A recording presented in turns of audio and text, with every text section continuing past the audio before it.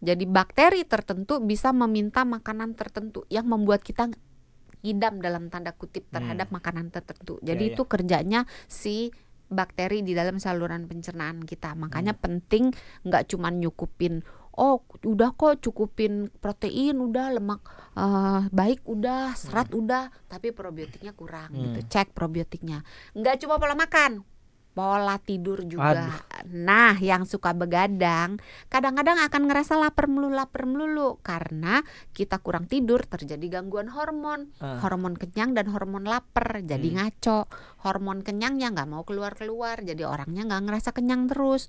Hormon laparnya keluar melulu, sehingga orangnya lapar melulu. Coba dicek. Apa-apa tuh ujungnya selalu tidur ya?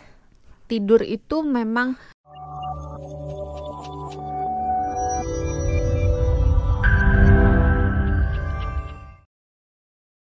Tapi kalau lihat ini mancing pertanyaan. Tapi kalau nonton YouTube juga, apalagi YouTube-nya ASMR ya, mancingnya bisa mancing lapar lagi. Iya. Walaupun udah makan. Itu nggak sehat loh sebenarnya kalau ngeliatin mereka makan itu ya, jangan ditiru, Masalahnya nggak tahu kenapa enak gitu nontonnya, Dok, ASMR-nya gitu, nontonnya tuh kayak ini enak banget makannya gitu, mindful. Belum banget. tentu bener dimakan sih. Nah, caranya gimana kalau gitu supaya kalau kita udah makan banyak nggak bisa lapar lagi? Caranya dilihat dulu, diraba, diterawang. Uang dong. Iya. Jadi dilihat sebenarnya penyebab kita merasa lapar itu apa, dan itu dikendalikan, diberesin. Misalnya penyebab rasa lapar melulunya disertai dengan kok sering pipis ya gitu. Kok kalau apalagi terutama malam hari gitu. Atau misalnya kok berat badan agak turun ya gitu.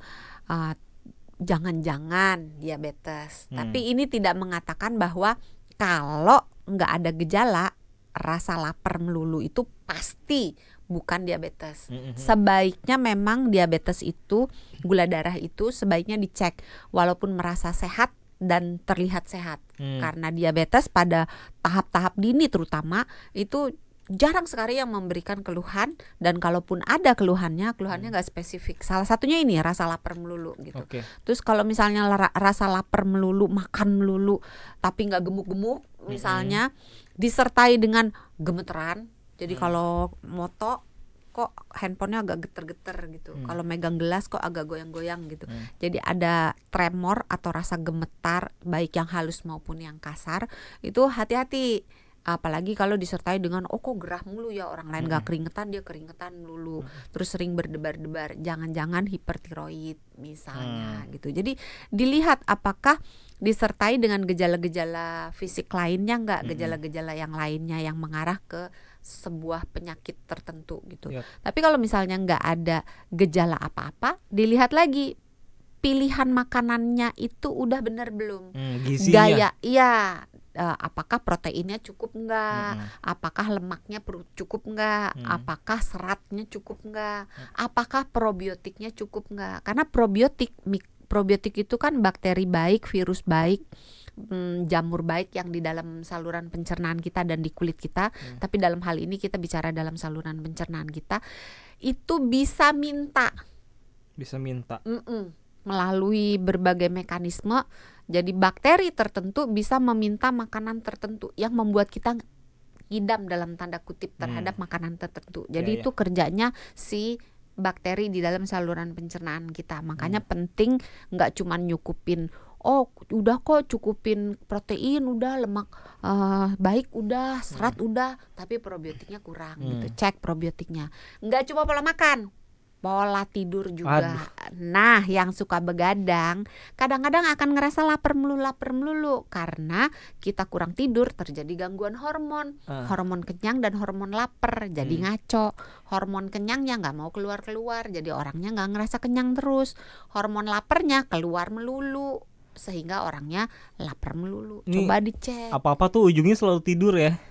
Tidur itu memang kalau kayak kita punya handphone harus dicas kan. Iya. Kalau kita handphone nggak dicas kan ngadat kan.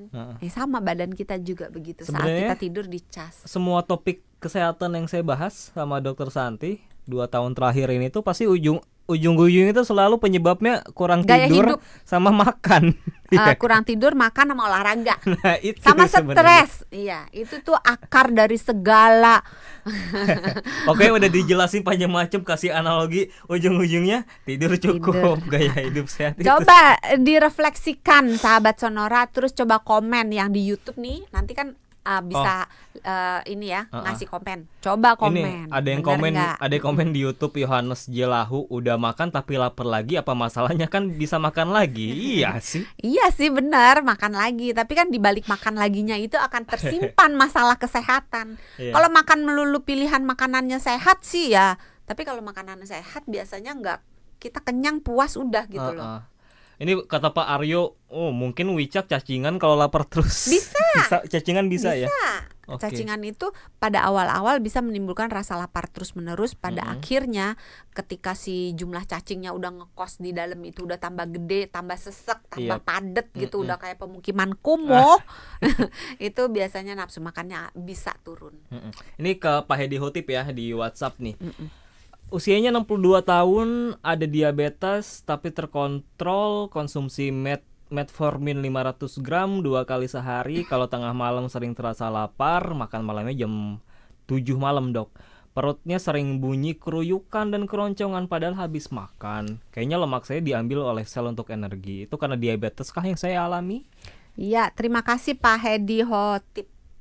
Selamat malam Pak Hedi Hotip. Memang pada diabetes salah satu cirinya, terutama pada saat gulanya tidak terkendali, itu rasa lapar yang datang terus-menerus, terus rasa ingin berkemih, terutama di malam hari yang akan mengganggu tidur. Nah, ingat tadi, kurang tidur akan bikin orangnya lapar terus gitu. Jadi kalau misalnya dia diberi metformin 2 kali 1 dan baru 1 macam obat gitu ya, coba dicek pola makannya udah bener belum, kebanyakan karbohidrat nggak, kurang lemak baik nggak, kurang protein nggak, kurang serat nggak gitu ya, dicek ya. Kalau terus dicek gulanya terkontrol nggak, kadang-kadang gula itu petunjuk gulanya nggak terkontrol, jadi orangnya lapar melulu gitu. Coba dicek ya Pak Hedi Hotip. Siap, semoga dicek habis ini Pak Hedi Hotip ya. Ada Ibu Nur dari Pekalongan. Ibu Nur usianya 60 tahun. Oh, kalau Ibu Nur bukan habis makan lapar lagi, Dok. Nggak lapar, tapi habis makan hawanya malah ngantuk. Kenapa ya? Iya, selamat malam Ibu Itu karena Nur. gula Terima juga nggak sih, kasih Dok? pertanyaannya. Bisa karena gula, bisa normal. Oh, oke. Kalau nggak gula normal, kenapa hawanya bisa ngantuk tuh kayak Ibu? Biasanya kebanyakan porsi karbohidratnya. Oh, kebanyakan nasi tuh ya misalkan. Kebanyakan ya. nasi, kebanyakan roti, atau nasi temennya mie, nasi temennya bihun, nasi temennya kentang. Jadi kan sama-sama. jadi kita tuh lebih baik kalau makan lebih banyakin lauk ya, mending ya daripada nasi ya, Dok ya. Enggak banyak sih, maksudnya mencukupi. Karena susah juga kalau kita bilang terlalu banyak, karena terlalu banyak protein, walaupun protein itu baik ya, terlalu banyak makan protein itu bisa memberatkan ginjalnya gitu, bisa memberatkan anggota tubuh yang lain. Jadi pas-pas aja. Kebutuhan protein itu kurang lebih 1 gram per kilogram berat badan per hari. Dan jangan dikumpulin ya. Maksudnya gini, kita butuh proteinnya misalnya sebesar 1 dada ayam gitu.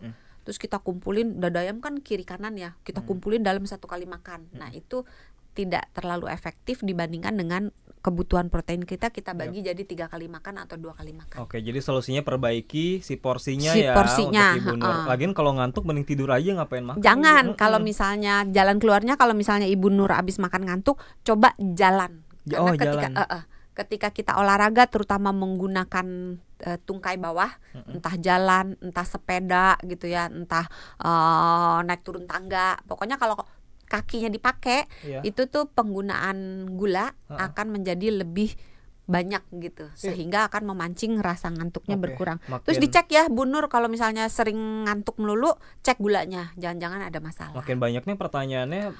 Boleh dijawab Mas cepat Denny ya. di Tangerang, iya. Bisa dijelaskan jenis lemak baik? Ya, terima kasih Mas Denny pertanyaannya. Lemak baik itu adalah lemak tidak jenuh. Ada yang rantai tunggal, ada yang rantai ganda. Terus macam-macam makanannya. Bisa di ikan berlemak, bisa di kacang-kacangan, bisa di minyak zaitun, bisa di alpukat gitu. Nanti di search aja sumbernya. Tapi kalau lemak yang jahat itu biasanya lemak jenuh sama lemak trans. Oke. Terakhir deh ini ya, ada Pak Gundolo, tiap hari makan 4 kali, pagi, siang, sore, jam 2-an, dini hari, tetap rasa lapar. 4 kali makan tuh nasi dokter, bukan ngemil atau makan mie. BB stabil kisaran 73-75, tapi perut makin buncit. Iya, terima kasih Pak Gundolo atas pertanyaannya. Kalau makan 4 kali, makannya makan nasi, tergantung aktivitasnya. Kalau aktivitasnya biasa aja atau rendah, kebanyakan gitu ya. Terus kembali lagi lihat proporsi nasinya, proporsi proteinnya, proporsi lemak baiknya, proporsi serat dan karbohidratnya cukup nggak. Kadang-kadang haus juga bikin lapar mulu. Jadi cek minumnya kurang nggak gitu. Every man's problem is perut buncit, Pak Gundolo, jadi jangan khawatir. Enggak lah, perut buncit itu bisa diatasi dengan melakukan olahraga, melakukan perbaikan pola makan, dan kembali lagi cukup tidur.